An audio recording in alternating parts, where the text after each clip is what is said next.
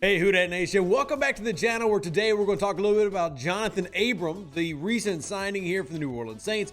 I ran a Twitter poll asking if this was important enough to you to really want to discuss him. And obviously the biggest reason that you're probably interested is he's a former first-round draft pick and relatively young. And you wonder, well, one, why did he get cut? And two, does he have anything there? Now, anytime you have a first-round draft pick who ends up not making it in his first contract with his team, or he gets cut and goes to another one before signing an extension, you know two things right off the top of the bat. One, well, he failed for a reason. But also, two, he was drafted at that position in terms of that draft stock, usually for a reason. So what ends up happening is, and here are some examples of what he did last year, put up the advanced analytics.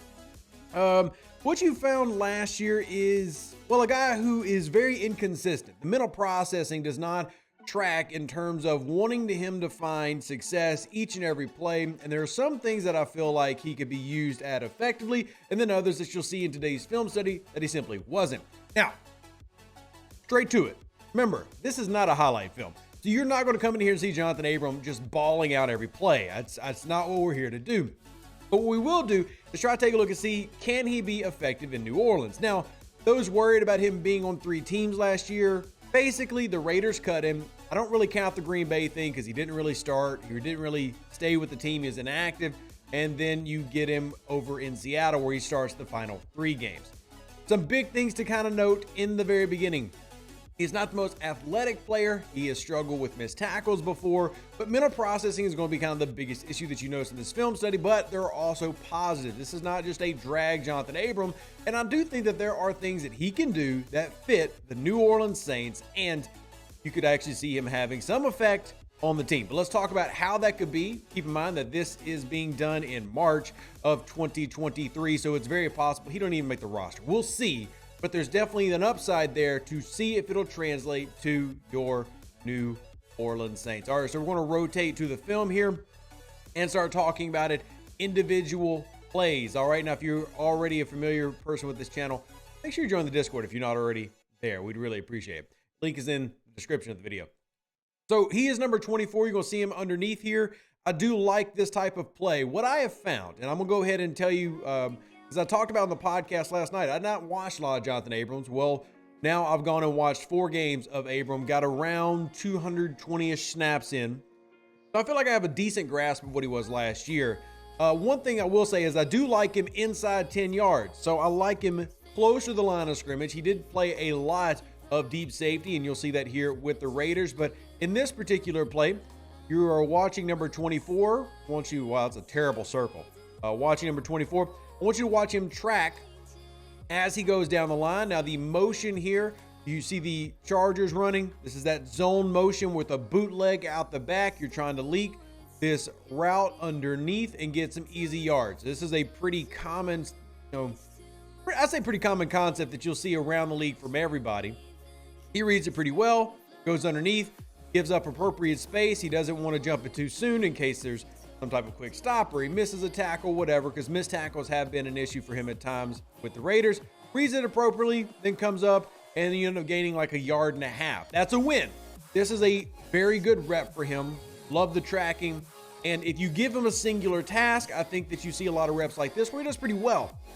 It's when he has to make a lot of decision making that sometimes he makes the wrong decision. We'll watch a couple more reps here that we'll skip to various portions of this game. Now, this is week 1. So a lot of teams are just finding themselves. They're finding, their defenses are finding their identity. Offenses are finding themselves. And it's not always going to be the best film to watch, but at the same time, if you're going to see mistakes and mental issues, it's going to be here. And we'll see. Now, a couple things I want to note here. Look how deep, and this is very consistent. And this wasn't just him. Look how deep the Raiders end up playing a lot of their deep safeties. This is the line of scrimmage, the 35. Our guy is all the way back at the 45. That is 20 yards deep. Usually you'll see a safety in that 15-yard range, maybe. I mean, Marcus Williams, when the Saints were there, would get that deep, but 20 is woof. That is Greg Williams level deep for you Saints fans going in the Wayback Machine. That's like, wow, guy, that's really taking it back there. All right.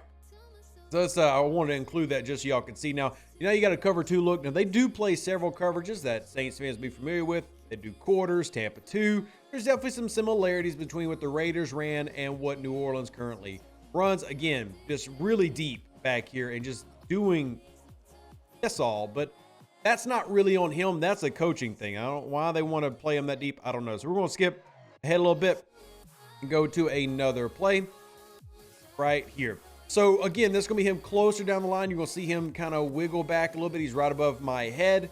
And then he's going to come and crash down and try to make a read on the play. Again, they're playing him super deep here. And I'm curious why. I don't get it. Like, you look at a few different plays that he has, and they just will throw him so far in the back. Now, it could very well be that they're tired of him getting burned.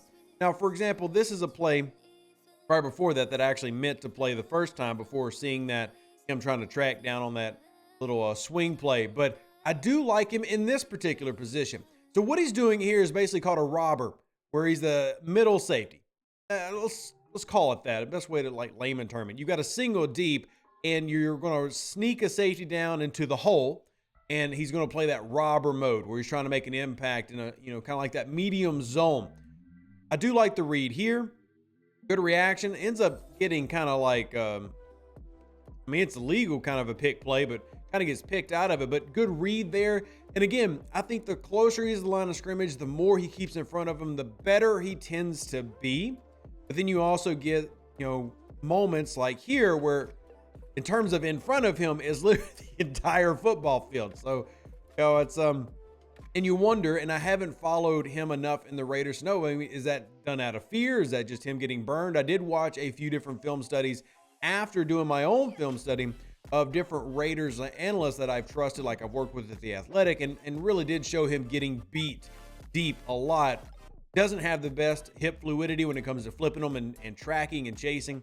So something to think about as you're going through, and that's going to be opposite side of the field. So let's skip over to the next one I've got marked that's specifically for him, and we'll see if we get anything different. Now, there are some really good plays here. There's also just some, again, this is not, and this is what we're talking about when we have a guy cut who's a first round pick. You're not going to see tons of highlights, but look at this short zone. I like it. It's solid.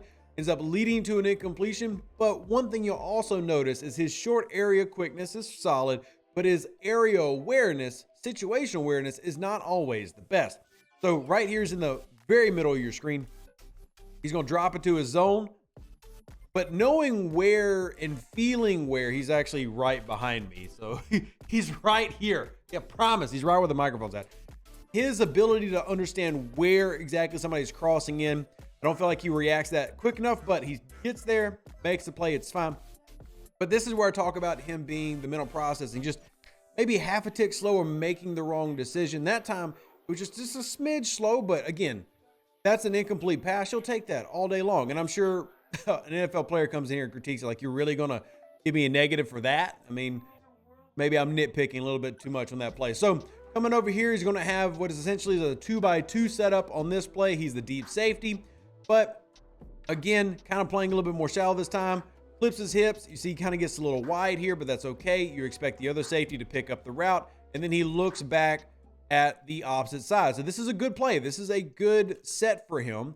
This is what you want to see, but do you get that consistently? I did not get that consistently when I watched 4 games of him, but you do see it at times. He has good communication on the field. He definitely understands the play calls, but he doesn't always make the best decision after the ball is snapped.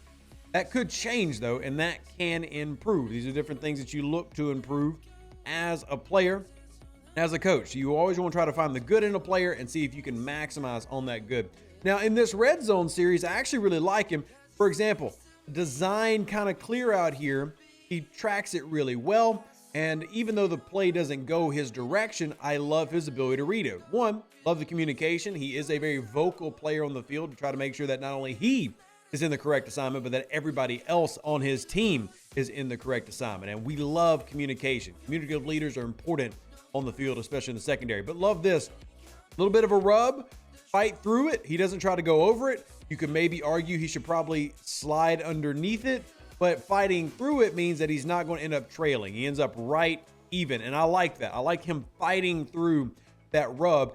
And even though it doesn't come to the swing at that corner, he's got it perfectly covered. That's a good play. This is really good football. It's consistent, then it's great football. But if it's not consistent, then it's just good football. But that's a good play. It's a good read. And we like that. So let's watch it. The next one here, which is another, I think that this series in particular from week 1 is a really solid one here in this particular series. It's red zone. You got him here in the deep safety spot now. That 2 shell that they're going to be running up top comes down, tracks. You got a good bracket here and ends up attacking down. Now, if Herbert would wait just a second longer, this design that they have, I really like for them, but he's actually got, you see, we got Tampa 2 here right in the middle. But as this runs, as these guys pull, he's going to have a spot right there in the end zone because he's got a route pulling the safety out. So you see right there, bam, pulled. Now, he hits the underneath, which is what you're kind of told to do, and you do have this defender. But when the safety gets pulled, this backside is open. But Tampa 2, yeah, you're probably going to look at that underneath read first, or at least go there as your kind of like your safety valve. But he had a clean pocket to just sit there and keep it if you want to. But that safety got pulled out. And that's, look, Abram doing his job, what he was supposed to do. So let's move it on to the next one. Again, you see 2 different angles on these. And let's move him to the opposite side. No, he's still on the same side. I think the next play, he'll be on the opposite side of the field. Now this one, he's got another similar look, bracketed really well, takes the top, corner takes underneath. And then that's where Herbert ends up trying to slide and gets absolutely derailed. And because he's a quarterback, well, we can't hit quarterbacks very hard. All right, another one that I like, good cover there, recognizing the play, good adjustment, forcing the incompletion. So again, close to the line of scrimmage, singular task. He doesn't have to make a lot of decision making here. He's got a straight up task. Covering here in man, does a good job to match the tight end and cover. Now, funny enough, in open spaces, I think he's probably a little bit better in zone, but in these short areas, especially against a bigger wide receiver where he doesn't have to worry about being out-athleted, he actually has some really good reps, and that's a great rep. That prevented a touchdown. It's a very good coverage, great read, understanding the guy coming across and him picking him up, running the goal line while also keeping his eyes on the QB. It's a really good rep, and as you see here, bam, right in the eyes, right in the chest without being pass interference. Very clean play. So we like stuff like that. That's good reps. So when I'm watching this, what I'm thinking is I'm seeing a guy that can come and play the heavy nickel for New Orleans and maybe even play the nickel role itself for New Orleans, but specifically maybe a dime situation, coming in as a heavy nickel player who plays in that hook defender role, that robber role sometimes, and maybe even get some short man coverage in the red zone.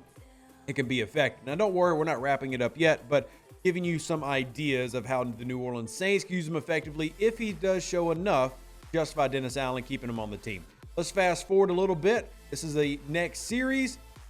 This one is a good and a bad rep. The good of the rep is I love the read here.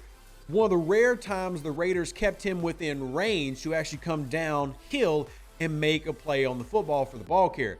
Now, I will note, this is a guy that can be a heavy hitter, and it's a trait that you love. If you want to give an old Saints comp, let's talk about maybe Raphael Bush.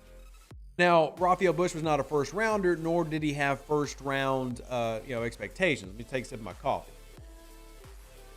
Yes, in fact, this is a mug from our website, revdeuce.com. Be authentically you. So you got him close enough he can actually make this play, but you're going to see also in this play a negative. Good read here. Like him making the adjustment afterwards. Sees the toss, reads it pretty well. He's going to react. I like the reaction there, but what's that tackle? That's trash. I know he sticks with it. Cool. You do a little kind of kick at the end, like, yeah, you're a big, strong man, but what's this?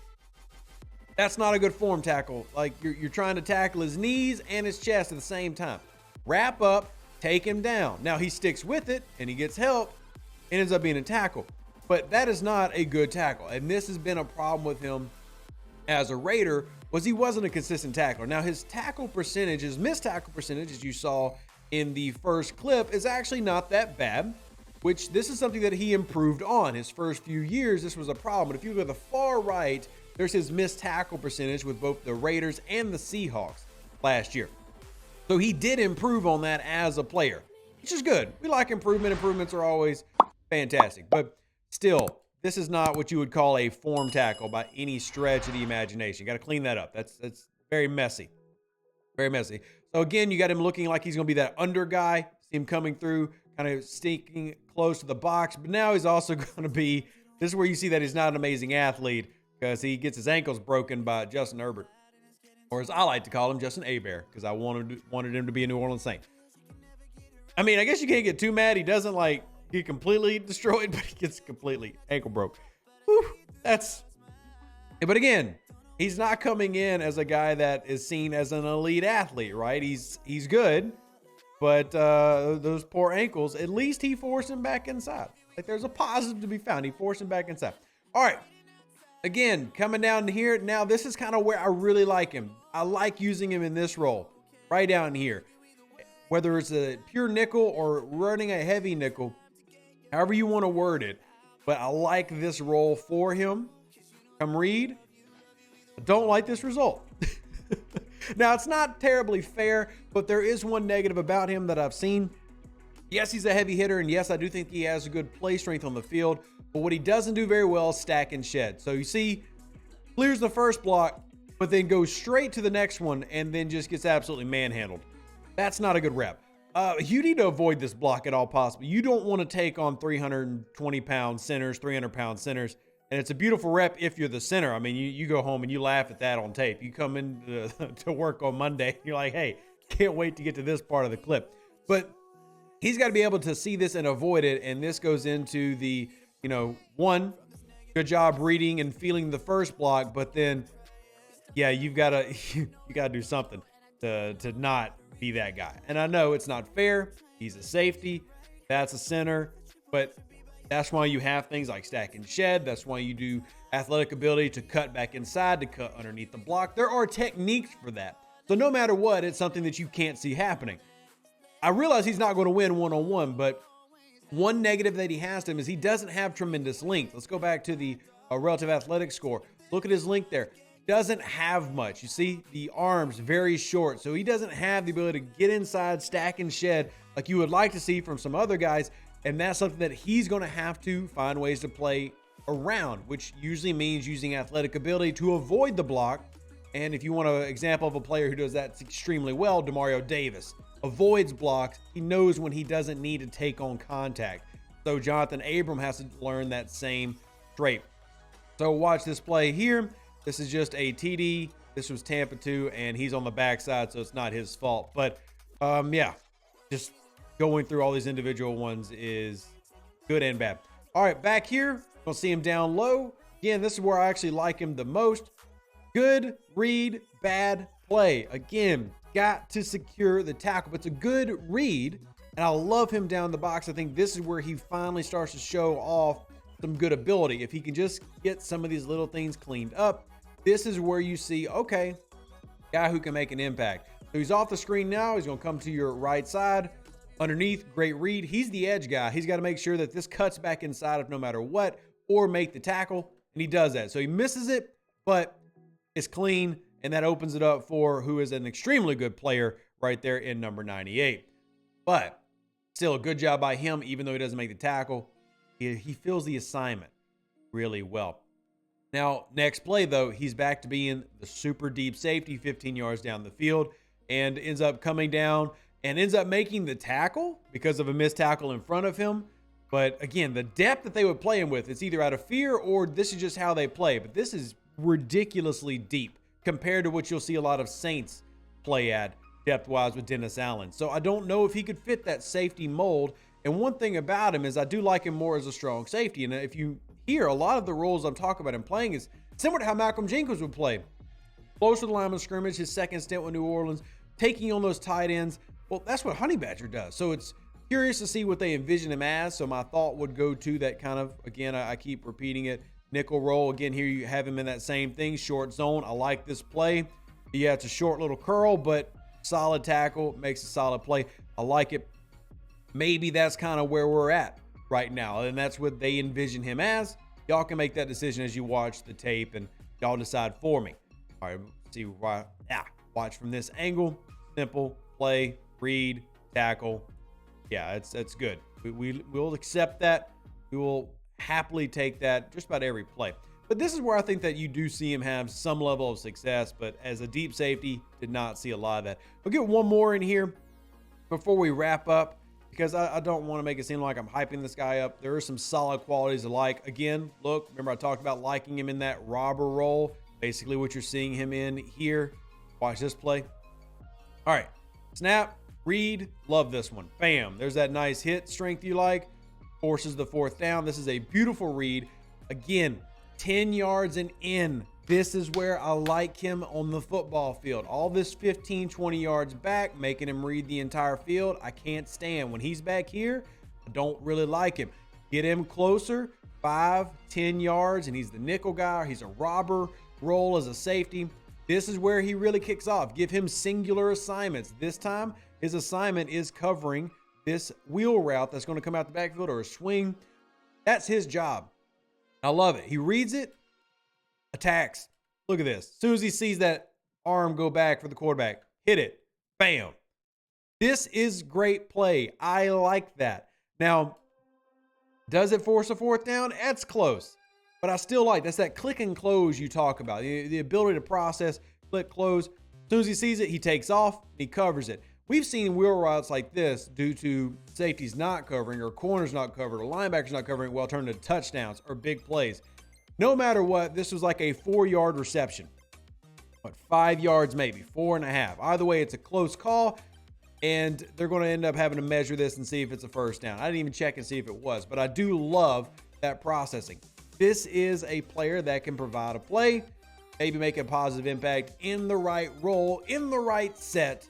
And again, how will the Saints use him? Will he even see the field? We'll just have to wait and see. But hopefully you enjoyed the film study, and hopefully you had a good time. And if you did, a couple things I'd ask you to do. One, join our Discord if you haven't already. That way you can ask for more film studies, ask questions, and communicate with other Saints fans and NFL fans around the league. And then finally, last but not least, leave a comment about what you think. It actually, 1, helps the channel, and 2, allows me to better interact with you. And 1, 3, whatever number I'm on, allows me to get better. Because as I told the podcast last night, I am probably re-entering in as a sports journalist this year. And I just feel like I have not been using that scouting education I've gotten enough. And I need to get back in there, study more, use it more, apply it more, or you lose it. So thank you for watching the channel. Hope you enjoyed it. If you have any other further questions, ask them down below. And we'll catch you on the next Who Dat Confessional podcast episode, which is Tuesdays and Thursdays, and following every game, and another film study. Deuces. That's me. Who Dat, God bless. See you on the next one.